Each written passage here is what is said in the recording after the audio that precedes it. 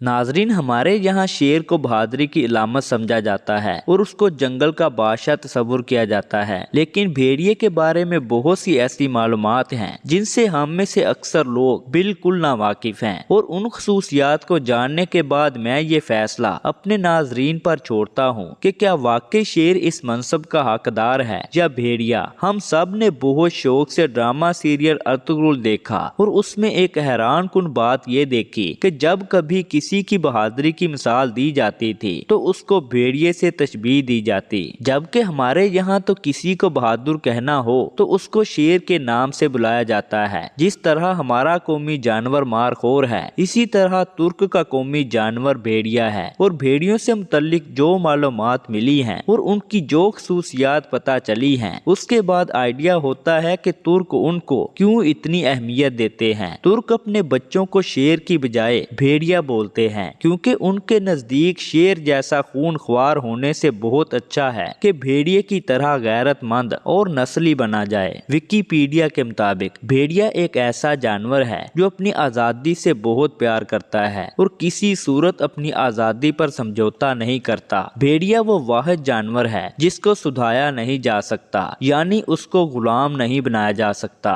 बाकी सब जानवरों बशमूल शेर के गुलाम बनाया जा सकता है। भेड़िया गजब की तेज निगाह रखता है और इतना फुर्तीला होता है कि किसी जिन को भी सामने देखकर उस पर छलांग मारकर उसको खत्म कर सकता है। भेड़िए की बेहतरीन खसूसियात में वालदैन से हुस्न सलूक, उसकी बहादुरी, वफादारी और खुददारी शामिल हैं, जो कि उसका तिर्रा इम्तियाज है। भेड़िए की एक और खास बात यह है कि ये मुर्दा जानवर नहीं खाता, जो कि जंगल के बादशाह की खसूसियात में शामिल है। भेड़िया अपनी महरम मोनस पर गलत निगाह नहीं रखता, यानी वो बाकी तमाम जानवरों के बरक्स अपनी माँ और बहन को शहवत की नजर से नहीं देखता। वो हमेशा अपनी बीवी का वफादार रहता है और उधर इधर मुंह नहीं मारता। इस तरह उसकी मादा भी हमेशा उसकी वफादार रहती है। अगर उन दोनों में से कोई मर जाए तो दूसरा उसके मरने वाली जगह पर कम अज कम 3 माह तक खड़ा रहकर अफसोस और मातम करता है। भेड़िए अपनी औलाद को पहचानते हैं क्योंकि वो एक ही माँ बाप से होते हैं। अरबी में भेड़ियों को इब्ने अलबार यानी नेक बेटा कहते हैं, क्योंकि उसके वालिदैन जब बूढ़े हो जाते हैं तो ये उनका ख्याल रखता है, उनके लिए शिकार करके लाता है। ऐसी खासियत और किसी जानवर में नहीं। भेड़िए जब एक जगह से दूसरी जगह मुंतकिल होते हैं तो एक खास तरीके से उनका कारवां चलता है, जो कि उसकी दफाई सलाहियतों के मुतल्लिक भी काफी मालूमात फराहम करता है।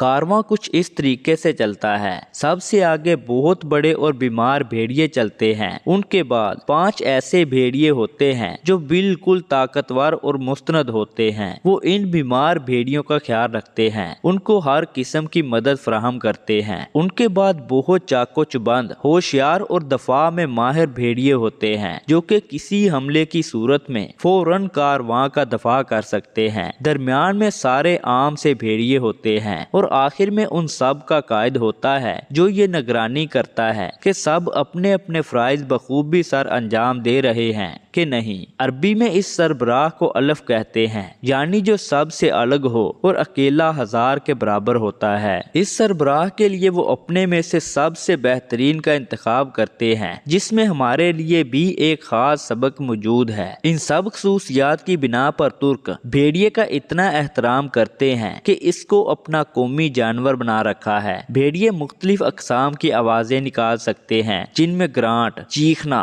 भौंकना, सीटी बजाना, स्क्रैचिंग और सरगोशी शामिल हैं। ये जबरदस्त शिकारी होते हैं। ये पैक की सूरत में रहते हैं और हर पैक का एक सरबराह या रहबर होता है।